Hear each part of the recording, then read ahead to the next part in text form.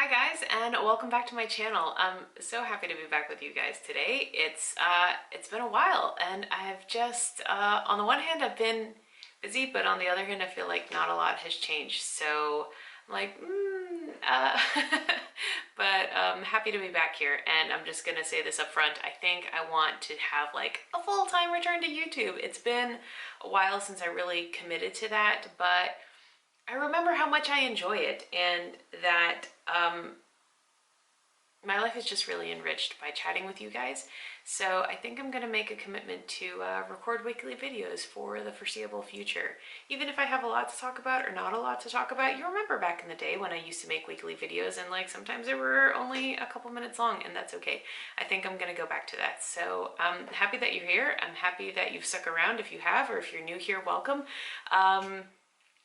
Brief introduction. I had vertical sleeve gastrectomy, which is a type of weight loss surgery, back in 2016.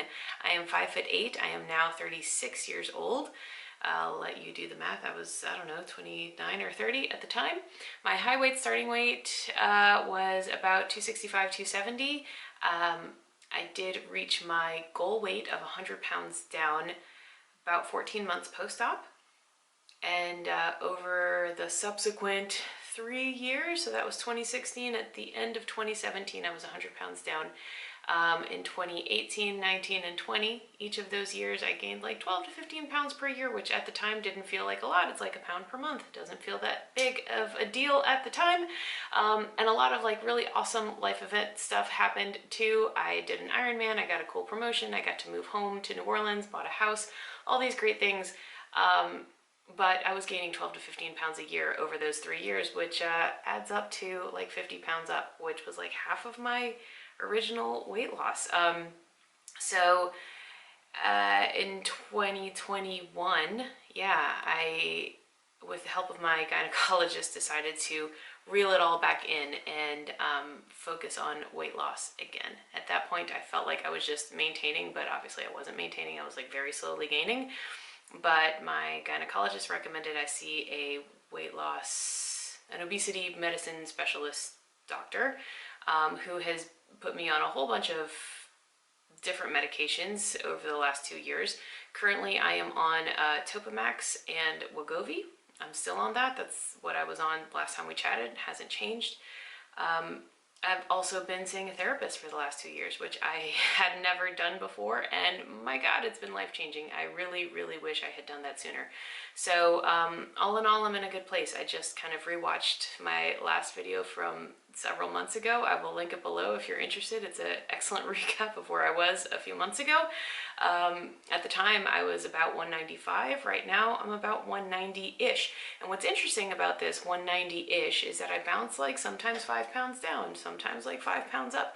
So right now I'm maintaining between like 185 and 195. It's comfortable. I'm obviously happier when I'm closer to the 185, but I'd like to be in the 170s. So I'm still actively trying to lose weight. My obesity medicine doctor wants me eating 1,200 calories a day. I'm not tracking my food because 1,200 calories a day sounds really scary to me. In my previous video, I talked about how I got a second opinion and a third opinion from different doctors regarding this who are specialists in obesity and diabetes and weight loss, and they all said like, girl, it's an emergency that you lose these 20 pounds. Yes, 1,200 calories is not unsafe. It's important that you do it. I don't love that. I don't like the idea of it. I don't know how much I'm eating. I'm probably eating in that range because the Wegovy makes me feel pretty full pretty quickly. But that feeling doesn't last. So if I think about it, I could just kind of eat small portions all day long, or if I just distract myself, I don't. So it takes some work to not eat all day. It takes some distraction, it takes mental effort, and I'm also in the gym a lot, as you guys know if you've been here for a while. I'm in the gym 6 days a week, I lift 3 days a week, I do cardio 3 days a week, pretty intense. So I feel like I'm doing my best and I'm doing okay, and yeah. Having said that, I've been traveling a lot as well, which has kind of like thrown a wrench in my fitness routine a little bit. So my family lives in Mexico, and I go to Mexico for extended stretches, and I've been doing this for several years now, and when I first started doing this, one of my cousins owned a CrossFit gym. He actually like competes in the CrossFit games and stuff, and he's like a super athlete, and I was going to his gym, but then that was before COVID, and during COVID he closed the gym, and now he's just virtual, whatever. So I'm not going to his gym anymore because it's not there anymore. So ain't there no more if you're from New Orleans. So I have throughout the years kind of struggled to find a gym I really like when I'm in Mexico, and that might not seem like a huge deal, but if we're there for like a month or longer, it's like stop and start in my fitness routine enough for me to feel like I want to work out while I'm there. It doesn't feel like I'm on vacation, like I'm working while I'm there. I work remotely. So like my life feels pretty normal except for that if I don't have a fitness routine when I'm there. And yeah, I really miss it. So I have tried out several different gyms, and I have recently found one that I like, but it's a good gym for weightlifting, not so good for cardio. So for cardio, I like go for runs. You guys know I don't love running. So because I travel so much, my fitness has just not been what I would want it to be. But, you know, life is a balance, and I'm working on figuring that out. It's all part of the process. And I think one of the things that I always keep in mind is that like I don't have an end goal in mind. It's not like I have to weigh X number of pounds by X date, or that I'm training for a specific event or anything. You know, like life is long and I'm here to figure it out. So I give myself grace in that I'm just always chipping away at better habits that serve me both physically and mentally. Like I said, when I'm there, I feel out of whack if I don't work out, both physically and mentally. So that's why I always pursue it. And when I'm here, you know, so then when I like come back home, sometimes it's like hard for me to get back into that rhythm as well. So, yeah, one of the things I now never, ever, ever let go of is therapy. If you are someone who is an adult who has never been in therapy, I strongly recommend it, period. No qualifiers. I was going to say if you're someone who has struggled with your weight in the past, or struggling with your weight currently, or are thinking about weight loss surgery, definitely find a therapist that you love.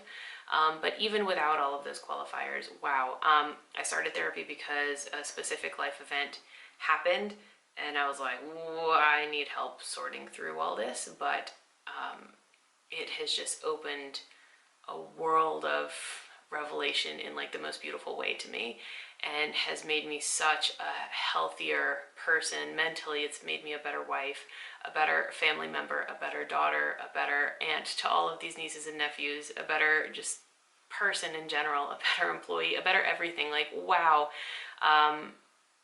My therapist is great, and not that she's not special, but I think you can find a good therapist too. So that is something I never ever let go of, even when I'm traveling. Highly recommend taking that leap. I know it's scary at first. You don't know what to expect, but it's been life-changing for me. So yeah, I've been traveling a lot. I mean, this is just a quick recap of all the things I've been doing, and that's why I want to get back into weekly videos, because I feel like when I come in every couple months and just like recap on all the things, it sounds like it's a lot. So I would like to get back into weekly videos just to chat with you guys more often. So since the last time we chatted, I went to Scotland for a couple of weeks with my mom and my husband. We went to Glasgow and Edinburgh, and we traveled around the Highlands. So beautiful. In my head, it was going to be Ireland 2.0. I studied abroad in Ireland for a semester back in 2008, and I absolutely fell in love with Ireland. And while I was there, in Ireland, a lot of the other study abroad students that I was with, I traveled around Ireland a lot, but a lot of the other students also went to Scotland, and I just like didn't want to because I was just so in love with Ireland. But this trip was exclusively Scotland, and in my head I was like, it's never going to live up to how amazing Ireland was, and wow, it's just like totally different. I mean, not like black and white, but totally different. We had a wonderful time. It's so beautiful. I absolutely loved it. We had a great time. I also went to DC with my husband to see a Cirque du Soleil show for my birthday. If you're new here, I'm a huge Cirque du Soleil fan. That was really incredible. We like road tripped it. We also went through like the Blue Ridge Mountains and the Shenandoah Valley. We went hiking and whitewater rafting, which I love. I didn't know I was so much of an outdoorsy person until I got married, and wow, I love that sort of thing, so that was really fun. I also went to Mexico City with a friend, which is fun. I think maybe on some level I missed my calling to be like a travel agent or a tour guide or something. I love trip planning almost like 95% as much as I enjoy like being on the trip itself. So a friend of mine reached out and was like, hey, I would love to go to Mexico City, and who better to go with than you? And I was like, girl, I'm on it. So I like planned all the things, and we had a wonderful time. I've also been back to Mexico. My family lives in Puebla, Mexico, which is southeast of Mexico City. I've been back twice for extended stays since we last chatted. I went with my cousins to EDC, the Electric Daisy Chain Festival, electric music festival.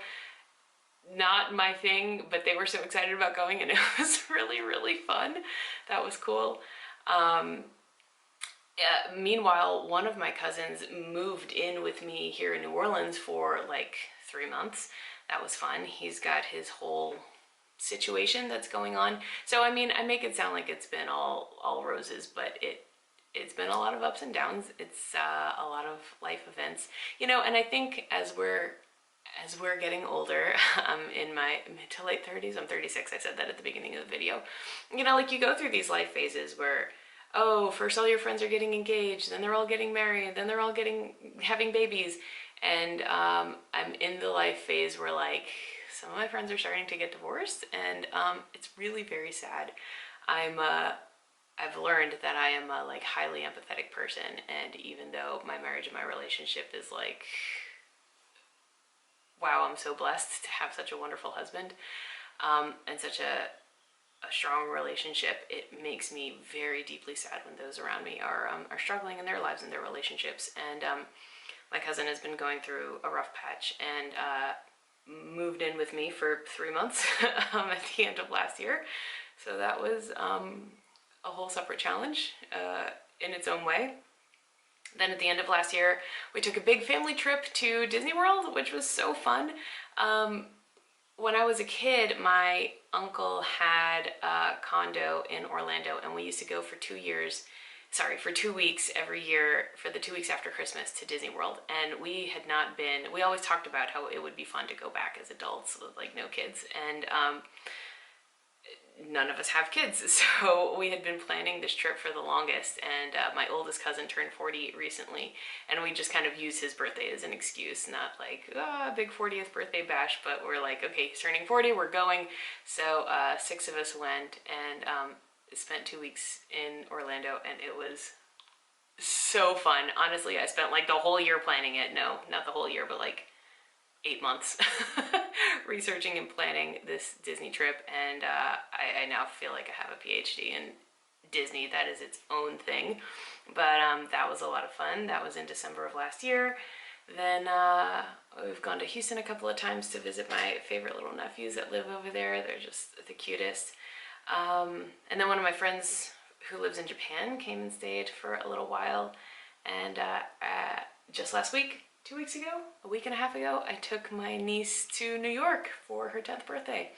So yeah, that's the recap of where I've been and what I've been doing. And it sounds like a lot, but it's also been many months since we've chatted. So I'm going to start posting weekly updates so that we can stay in touch, because I love chatting with you guys. And in terms of life and fitness, it feels like things are kind of the same for me. I'm still eating keto, low carb, prioritizing protein. I am working out a lot because that's what I love and that's what makes me happy, and I'm still here. So I'm happy to chat with you guys in the comments, and I will have another video for you guys very, very soon. So thanks for watching.